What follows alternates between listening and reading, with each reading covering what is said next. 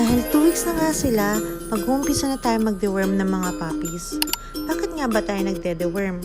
At ano ang mga kailangan natin para mag-deworm sa bahay? Siyempre, kailangan natin ng timbangan kasi dun malalaman ang dosage na kailangan ng puppy. Mas madali para sa akin yung ganitong setup, eco bag or paper bag tapos hanging weighing scale. Kasi ang likot-likot nila pag dun sila sa normal na timbangan, malalaglag lang sila. And syempre, itong ating dewormer, yung nematicide ang ginagamit namin. 60 ml yung binili ko kasi nga Siberian Husky sila, pero meron din naman 30 ml para sa maliliit na breeds.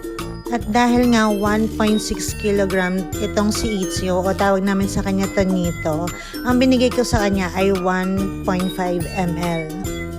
Siya yung pinaka-botchog sa magkakapatid. Kita nyo naman, 2 linggo pa lang, baskulado na. Ang botchog niya talaga. Ito naman sumunod ay si Elias. 1.1 kg naman ang timbang niya, so sapat na sa kanya yung 1 ml. Sa kanilang magkakapatid, siya ang favorite ko. And syempre, itong si Eren, yung naiibang color brown siya.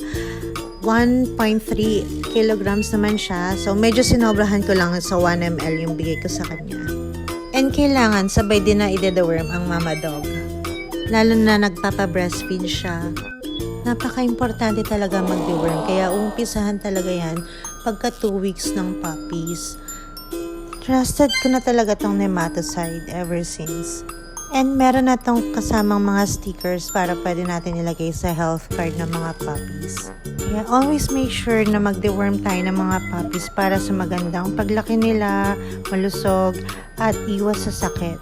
And syempre, para siguradong legit ang magbibilhan nyo, andyan sa Yellow Basket, check out nyo na!